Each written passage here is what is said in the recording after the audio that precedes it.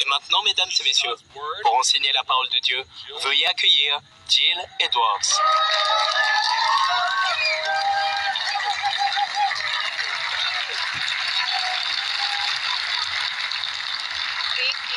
Veuillez vous asseoir. Que Dieu vous bénisse au puissant nom de Jésus-Christ. Je suis très reconnaissante à mon Père Céleste pour la joie d'enseigner sur le thème « La puissance de l'unité ». Allez dans vos Bibles en Josué chapitre 1, s'il vous plaît.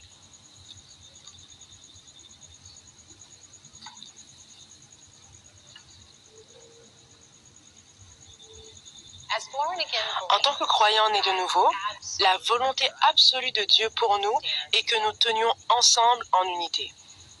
L'unité arrive lorsque nous sommes unis dans nos cœurs, dans nos pensées et dans nos actions sur la parole de Dieu. L'unité, c'est le fait d'être un. Et cela peut être le fait d'être un en étant ensemble au même moment ou au même endroit ou pour le même but. Nous pouvons voir les résultats puissants de l'unité dans la manière dont Dieu a conçu le monde qui nous entoure. Avez-vous déjà vu des bernaches, des oies du Canada volant uniformément en formation en V? Cette formation les aide à conserver l'énergie et à améliorer leur coordination et leur communication au sein du groupe quand elles migrent parcourant des milliers de kilomètres. Cette unité, ce mouvement comme un seul ensemble, est instinctive ou inhérente, pour ainsi dire. Qu'en est-il de la race humaine? Nos corps physiques sont une brillante démonstration de la puissance de l'unité où chaque cellule, os ou organe, pour ne nommer que quelques-unes des parties du corps humain, contribue au bon fonctionnement de notre corps entier. Ensuite, en tant qu'humains travaillant ensemble, nous voyons l'unité dans des catégories telles que les sports, l'armée ou encore un orchestre. Ce ne sont que 3 exemples de personnes travaillant ensemble comme un seul, unifiés par le même objectif pour accomplir un but commun. Et dans le royaume spirituel, Dieu a conçu un modèle de vie afin que nous expérimentions le style de vie le plus épanouissant et le plus puissant possible pour l'humanité. Dieu a bâti l'unité dans la fibre même de nos vies, car là où il y a l'unité, il y a la force et la puissance. Aujourd'hui, nous allons examiner 2 éléments clés qui nous permettent d'expérimenter la puissance de l'unité. Ces 2 éléments clés sont, numéro 1, suivre la direction de Dieu. Et numéro 2, une bonne communication. Voyons ces 2 éléments clés présentés de manière éclatante dans un récit de l'Ancien Testament. Nous sommes en Josué chapitre 1. C'était environ 1 mois après que le grand homme de Dieu, Moïse, soit mort. Josué était le ministre de Moïse, travaillant à ses côtés depuis de nombreuses années. Il avait vu de ses propres yeux les voies puissantes et miraculeuses par lesquelles Dieu travaillait dans la vie de Moïse pour conduire les enfants d'Israël. Ensuite, Dieu parle à Josué et nous commencerons au verset 2. Moïse, mon serviteur, est mort. Maintenant, lève-toi, passe ce Jourdain, toi et tout ce peuple, pour entrer dans le pays que je donne aux enfants d'Israël. Verset 5 maintenant. Nul ne tiendra devant toi tant que tu vivras. Je serai avec toi comme j'ai été avec Moïse. Je ne te délaisserai point, je ne t'abandonnerai point. Fortifie-toi et prends courage, car c'est toi qui mettras ce peuple en possession du pays que j'ai juré à leur père de leur donner. Fortifie-toi seulement et aie bon courage, en agissant fidèlement selon toute la loi que Moïse, mon serviteur, t'a prescrite. Ne t'en détourne ni à droite, ni à gauche, afin de réussir dans tout ce que tu entreprendras. Considérez le réconfort que ces paroles venant de Dieu ont apporté au cœur de Josué alors qu'il s'apprêtait à prendre la place de Moïse pour conduire les enfants d'Israël. Ainsi, Josué avança et instruisit les officiers à ordonner au peuple de se préparer à traverser le Jourdain dans 3 jours. Pendant ce temps, Josué envoya 2 hommes en mission de reconnaissance dans la première ville qu'il prévoyait de conquérir, Jéricho. Allons en Josué chapitre 2 maintenant. Les 2 hommes sont revenus avec le rapport suivant, verset 24. Ils dirent à Josué, « Certainement, l'Éternel a livré tout le pays entre nos mains, et même tous les habitants du pays tremblent devant nous. » Ça, c'est un rapport favorable, n'est-ce pas? Oui. Josué avance pour communiquer la série suivante des instructions de Dieu. En regardant la carte derrière moi, vous verrez cette zone du pays dont il est question dans ce récit. En regardant cette carte, vous pouvez voir le Jourdain, le fleuve au centre de l'image. Le Jourdain coule à travers une vallée profonde entre la mer de Galilée au nord et la mer Morte au sud. La profondeur du Jourdain était estimée entre 1,8 et 3 mètres. À cette période de l'année, il était au niveau d'inondation, le rendant ainsi plus profond et plus large. Mais en obéissant aux instructions de Dieu, les Israélites, dont 40 000 hommes armés pour la guerre, ont traversé le Jourdain à sec. Oui, à sec. Lorsque les gens sont sortis du Jourdain, ils ont campé à Gilgal, à la frontière est de Jéricho. Et vous pouvez également voir cela sur la carte. À l'ouest du fleuve Jourdain, il y avait Gilgal, et un peu au sud-est, il y avait Jéricho. D'autres événements importants se sont déroulés à Gilgal pendant qu'Israël continuait de suivre la direction de Dieu. Je vous encourage vivement à lire au moins les 6 premiers chapitres de Josué pour en avoir une image complète. Avançons rapidement en Josué chapitre 6.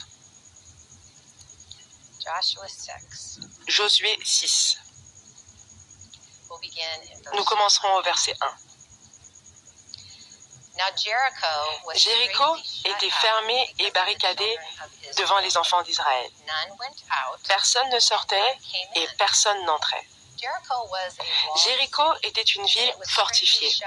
Elle était fermée et barricadée, ce qui veut dire que personne ne pouvait entrer ou sortir de la ville du fait qu'ils attendaient une attaque imminente. En Josué chapitre 2, il y avait une femme à Jéricho qui aida les espions. Elle partagea avec eux qu'elle savait que Dieu leur avait donné le pays et que la terreur avait rempli tous les habitants de la ville. Elle décrivait leur état mental ainsi, je cite, « Tous les habitants du pays tremblent devant vous. » Fin de citation. Elle continua en partageant que leur cœur était abattu, c'est-à-dire abattu de fatigue, de peur ou de chagrin. Leur cœur était abattu et il n'y avait plus de courage en aucun d'eux car ils reconnaissaient la grande puissance du Dieu d'Israël. C'est pour cela que Jéricho était fermé et barricadé. Continuons à lire. Allons au verset 2. L'Éternel dit à Josué, « Vois, je livre entre tes mains Jéricho et son roi, ses vaillants soldats. Faites le tour de la ville. Vous tous les hommes de guerre, faites une fois le tour de la ville. Tu feras ainsi pendant 6 jours. 7 sacrificateurs porteront devant l'arche 7 trompettes retentissantes. Le 7e jour, vous ferez 7 fois le tour de la ville. Et les sacrificateurs sonneront des trompettes. Quand ils sonneront de la corne retentissante, quand vous entendrez le son de la trompette, tout le peuple poussera de grands cris. Alors la muraille de la ville s'écroulera et le peuple montera chacun devant soi. Avec un raisonnement humain, cela peut sembler être un plan de bataille non conventionnel. Mais Josué était un homme qui marchait avec Dieu et qui communiquait fidèlement les commandements de Dieu aux Israélites qui suivaient sa direction. Les détails du plan étaient spécifiques. Dieu a indiqué à Josué quoi faire Comment le faire et quels seraient les résultats? Deux éléments importants de ce plan étaient les trompettes et l'arche de l'Alliance, l'arche de l'Éternel. Dans les temps bibliques, les trompettes étaient utilisées comme des instruments d'alerte. La corne de bélier ou corne retentissante était un type de trompette. Le son produit ressemblait à un bruit, une détonation qui attirerait forcément l'attention. Cela sonnait probablement comme ça.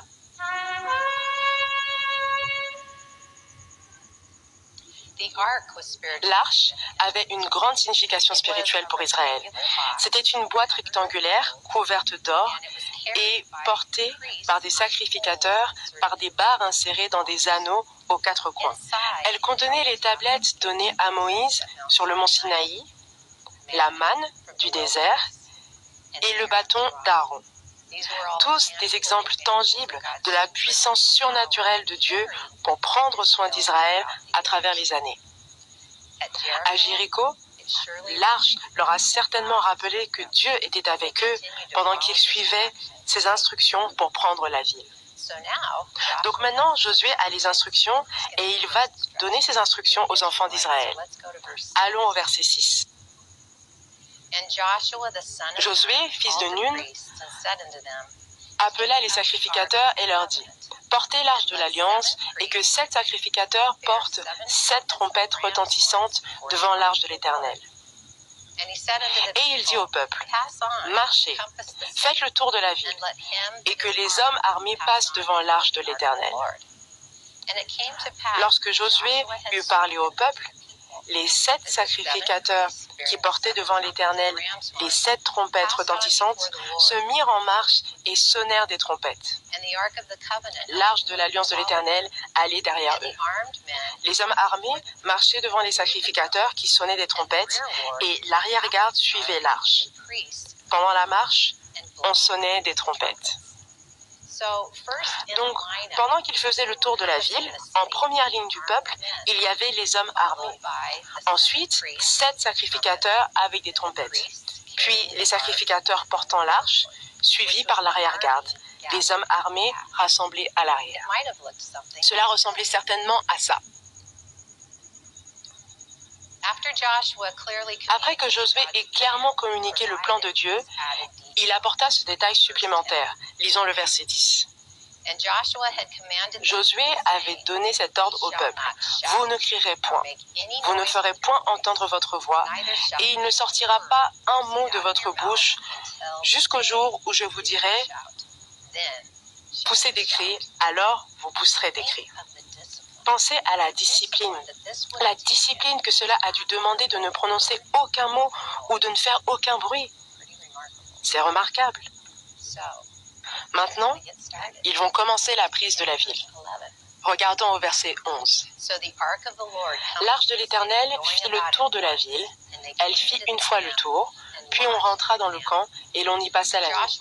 Josué se leva de bon matin et les sacrificateurs portèrent l'arche de l'Éternel. Les 7 sacrificateurs qui portaient les 7 trompettes retentissantes devant l'arche de l'Éternel se mirent en marche et sonnèrent des trompettes. Les hommes armés marchaient devant eux et l'arrière-garde suivait l'arche de l'Éternel.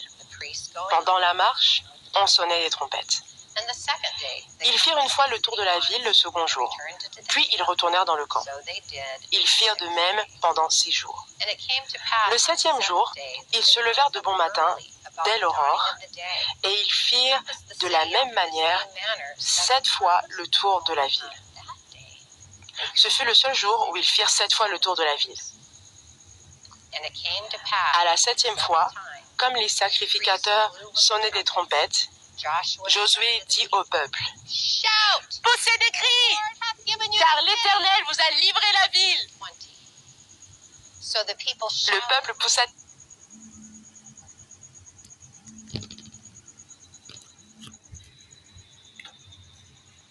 des cris et les sacrificateurs sonnèrent des trompettes. Lorsque le peuple entendit le son de la trompette, il poussa de grands cris et la muraille s'écroula. Le peuple monta dans la ville, chacun devant soi, ils s'emparèrent de la ville.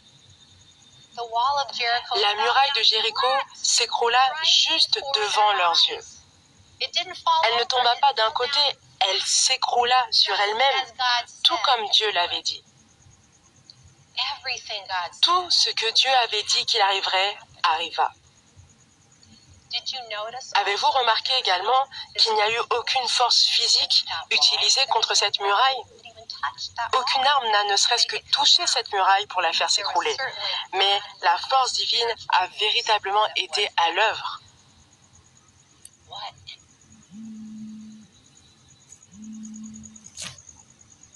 Quelle impressionnante victoire pour Dieu, pour les enfants d'Israël et même pour nous aujourd'hui qui lisons l'époustouflante puissance de Dieu. La prise de Jéricho était le commencement, la première d'un grand nombre de batailles sur un certain nombre d'années qui a eu pour résultat en définitive le succès des enfants d'Israël dans la conquête de la terre promise.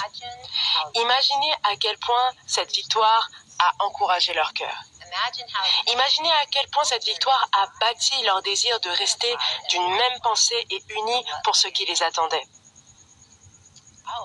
Oh, et vous vous souvenez de la femme de Jéricho qui a aidé les espions quelques jours plus tôt? Elle s'appelait Rahab et sa maison était sur la muraille de la ville. Oui, la même muraille qui s'est écroulée. Mais miraculeusement, Dieu a sauvé Rahab et sa famille comme elle l'avait demandé et comme les espions l'avaient promis. Et selon Matthieu 1,5, plus tard, Rahab a intégré la lignée de Christ. Il y a de la puissance dans l'unité. Comment cette unité a-t-elle été obtenue? Comme un seul homme, Israël a suivi la direction de Dieu au fur et à mesure que Josué l'a communiqué clairement.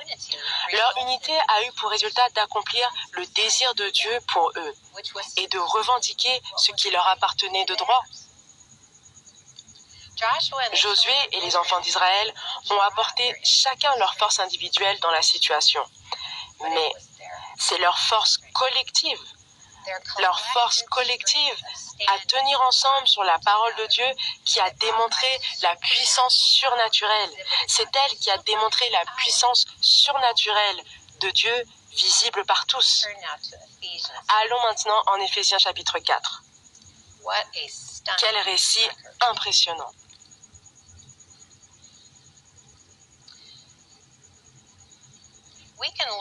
Nous pouvons en apprendre beaucoup en étudiant les récits de l'Ancien Testament et en voyant comment les croyants de l'Ancien Temps ont reconnu qu'ils avaient besoin de Dieu et des uns des autres pour tenir en unité, pour accomplir les objectifs de Dieu et rendre la gloire à Dieu.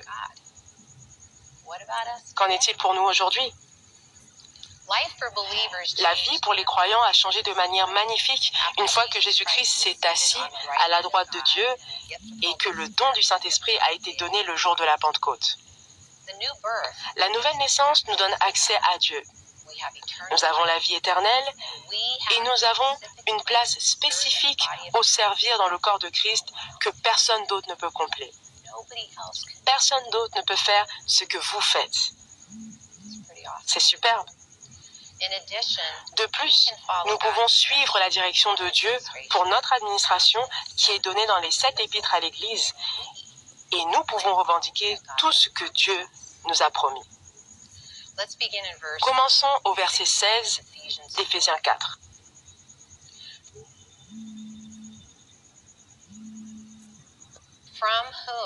C'est de lui, et grâce à tous les liens de son assistance, que tout le corps, bien coordonné et formant un solide assemblage, tire son accroissement selon la force qui convient à chacune de ses parties et s'édifie lui-même dans la charité. Vous voyez cette expression « formant un solide assemblage » ? En grec, c'est le mot « sumbibazo » qui s'appelle S-U M-B-I-B-A-Z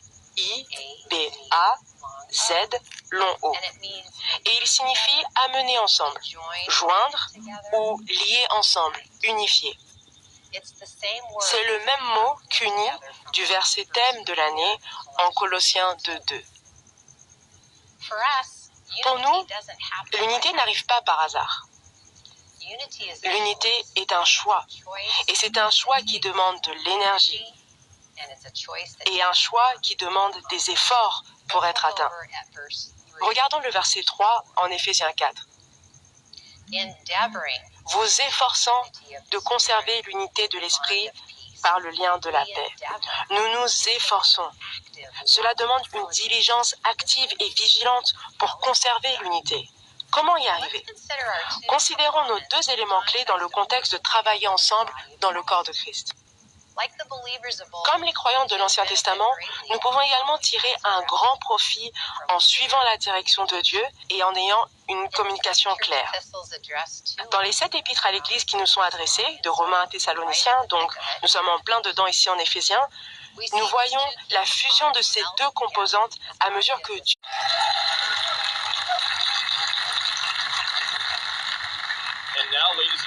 Et maintenant, mesdames et messieurs, pour enseigner la parole de Dieu, veuillez accueillir Jill Edwards.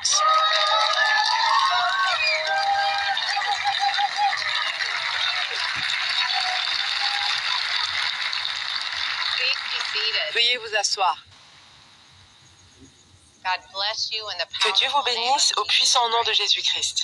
Je suis très reconnaissante à mon Père Céleste pour la joie d'enseigner sur le thème « La puissance de l'unité ». Allez dans vos Bibles en Josué chapitre 1, s'il vous plaît.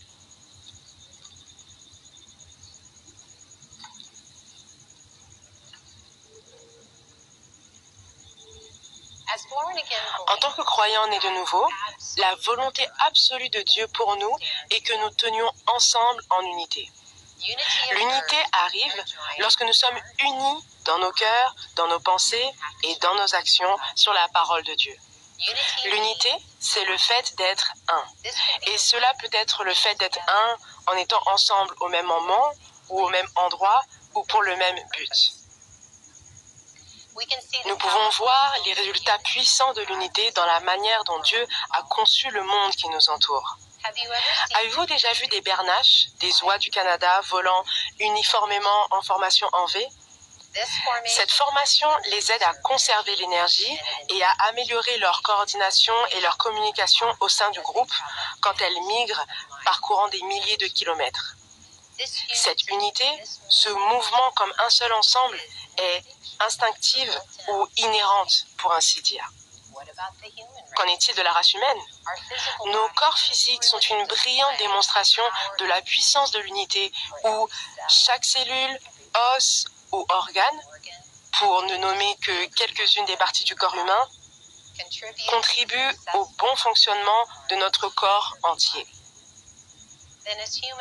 Ensuite, en tant qu'humains travaillant ensemble, nous voyons l'unité dans des catégories telles que les sports, l'armée ou encore un orchestre. Ce ne sont que 3 exemples de personnes travaillant ensemble comme un seul, unifiés par le même objectif pour accomplir un but commun. Et dans le royaume spirituel, Dieu a conçu un modèle de vie afin que nous expérimentions le style de vie le plus épanouissant et le plus puissant possible pour l'humanité. Dieu a bâti l'unité dans la fibre même de nos vies, car là où il y a l'unité, il y a la force et la puissance. Aujourd'hui, nous allons examiner 2 éléments clés qui nous permettent d'expérimenter la puissance de l'unité. Ces 2 éléments clés sont, numéro 1, suivre la direction de Dieu. Et numéro 2, une bonne communication. Voyons ces 2 éléments clés présentés de manière éclatante dans un récit de l'Ancien Testament. Nous sommes en Josué chapitre 1. C'était environ 1 mois après que le grand homme de Dieu, Moïse, soit mort. Josué était le ministre de Moïse, travaillant à ses côtés depuis de nombreuses années. Il avait vu de ses propres yeux les voies puissantes et miraculeuses par lesquelles Dieu travaillait dans la vie de Moïse pour conduire les enfants d'Israël. Ensuite, Dieu parle à Josué et nous commencerons au verset 2. Moïse, mon serviteur, est mort. Maintenant, lève-toi, passe ce Jourdain, toi et tout ce peuple, pour entrer dans le pays que je donne aux enfants d'Israël. Verset 5 maintenant. Nul ne tiendra devant toi tant que tu vivras. Je serai avec toi comme j'ai été avec Moïse. Je ne te délaisserai point, je ne t'abandonnerai point. Fortifie-toi et prends courage, car c'est toi qui mettras ce peuple en possession du pays que j'ai juré à leur père de leur donner. Fortifie-toi seulement et aie bon courage, en agissant fidèlement selon toute la loi que Moïse, mon serviteur, t'a prescrite. Ne t'en détourne ni à droite ni à gauche, afin de réussir dans tout ce que tu entreprendras. Considérez le réconfort que ces paroles venant de Dieu ont apporté au cœur de Josué alors qu'il s'apprêtait à prendre la place de Moïse pour conduire les enfants d'Israël. Ainsi, Josué avança et instruisit les officiers à ordonner au peuple de se préparer à traverser le Jourdain dans 3 jours.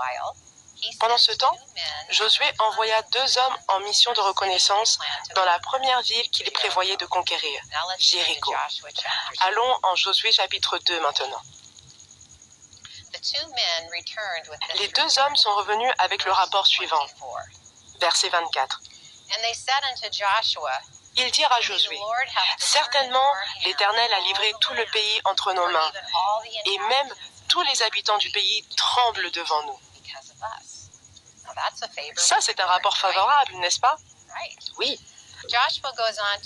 Josué avance pour communiquer la série suivante des instructions de Dieu. En regardant la carte derrière moi, vous verrez cette zone du pays dont il est question dans ce récit. En regardant cette carte, vous pouvez voir le Jourdain, le fleuve au centre de l'image. Le Jourdain coule à travers une vallée profonde entre la mer de Galilée au nord et la mer Morte au sud. La profondeur du Jourdain était estimée entre 1,8 et 3 mètres. À cette période de l'année, il était au niveau d'inondation, le rendant ainsi plus profond et plus large. Mais en obéissant aux instructions de Dieu, les Israélites, dont 40 000 hommes armés pour la guerre, ont traversé le Jourdain à sec. Oui, à sec.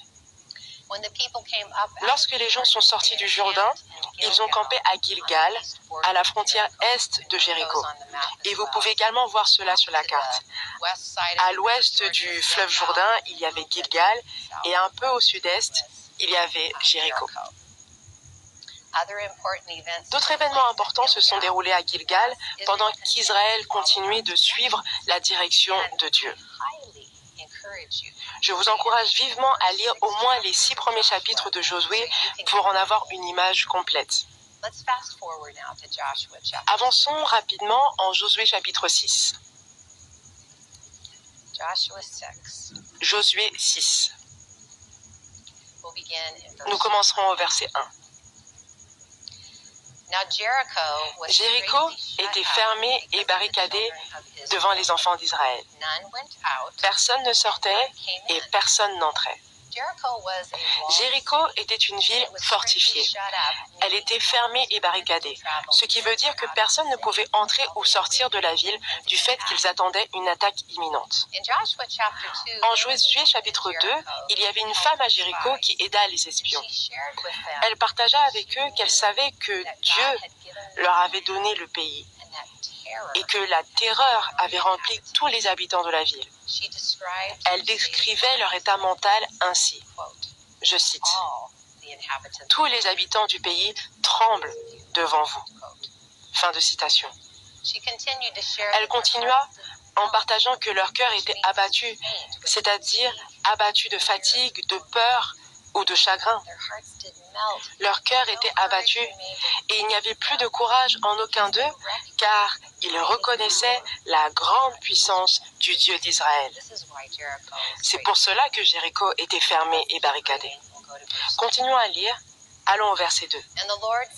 L'Éternel dit à Josué, « Vois, je livre entre tes mains Jéricho et son roi, ses vaillants soldats. Faites le tour de la ville. Vous tous les hommes de guerre, faites une fois le tour de la ville. Tu feras ainsi pendant 6 jours. 7 sacrificateurs porteront devant l'arche 7 trompettes retentissantes. Le 7e jour, vous ferez 7 fois le tour de la ville, et les sacrificateurs sonneront des trompettes. Quand ils sonneront de la corne retentissante, quand vous entendrez le son de la trompette, tout le peuple poussera de grands cris. Alors la muraille de la ville s'écroulera, et le peuple montera chacun devant soi. Avec un raisonnement humain, cela peut sembler être un plan de bataille non conventionnel. Mais Josué était un homme qui marchait avec Dieu et qui communiquait fidèlement les commandements de Dieu aux Israélites qui suivaient sa direction. Les détails du plan étaient spécifiques. Dieu a indiqué à Josué quoi faire, comment le faire et quels seraient les résultats. 2 éléments importants de ce plan étaient les trompettes et l'arche de l'Alliance, l'arche de l'Éternel. Dans les temps bibliques, les trompettes étaient utilisées comme des instruments d'alerte. La corne de bélier ou corne retentissante était un type de trompette. Le son produit ressemblait à un bruit, une détonation qui attirerait forcément l'attention. Cela sonnait probablement comme ça.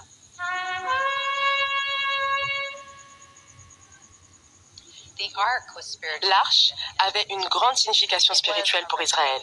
C'était une boîte rectangulaire couverte d'or et portée par des sacrificateurs par des barres insérées dans des anneaux aux 4 coins.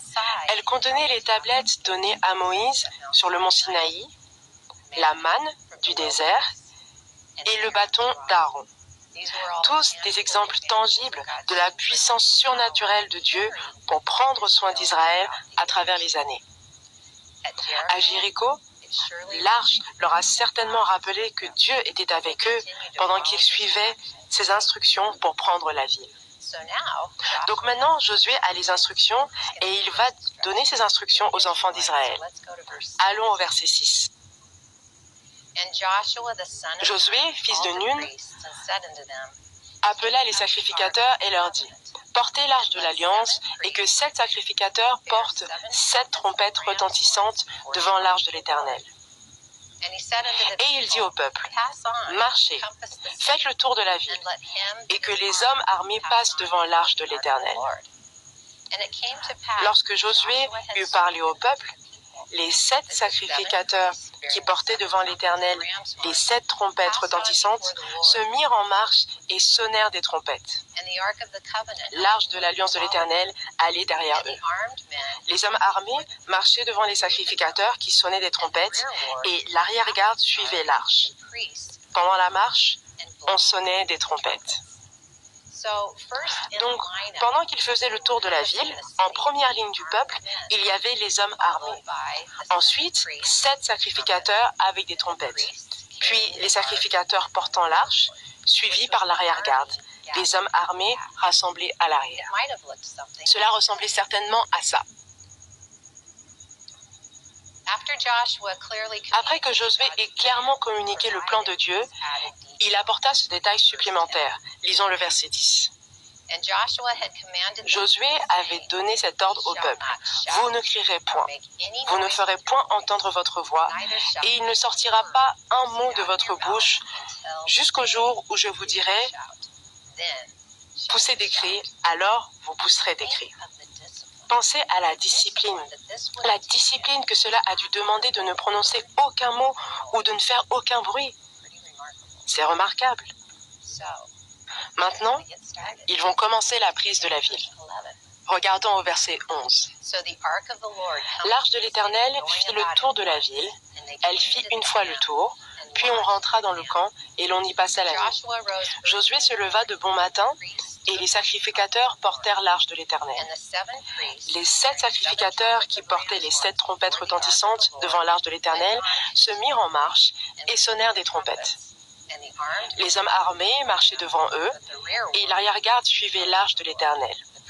Pendant la marche, on sonnait des trompettes.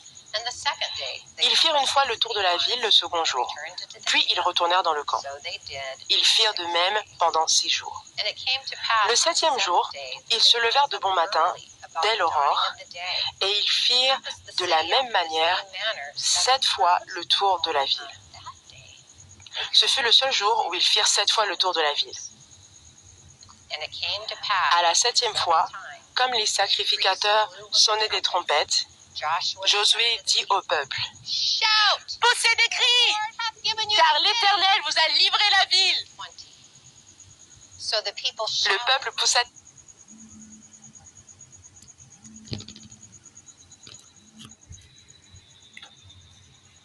des cris et les sacrificateurs sonnèrent des trompettes. Lorsque le peuple entendit le son de la trompette, il poussa de grands cris et la muraille s'écroula. Le peuple monta dans la ville, chacun devant soi, ils s'emparèrent de la ville. La muraille de Jéricho s'écroula juste devant leurs yeux. Elle ne tomba pas d'un côté, elle s'écroula sur elle-même, tout comme Dieu l'avait dit. Tout ce que Dieu avait dit qu'il arriverait, arriva. Avez-vous remarqué également qu'il n'y a eu aucune force physique utilisée contre cette muraille? Aucune arme n'a ne serait-ce que touché cette muraille pour la faire s'écrouler. Mais la force divine a véritablement été à l'œuvre.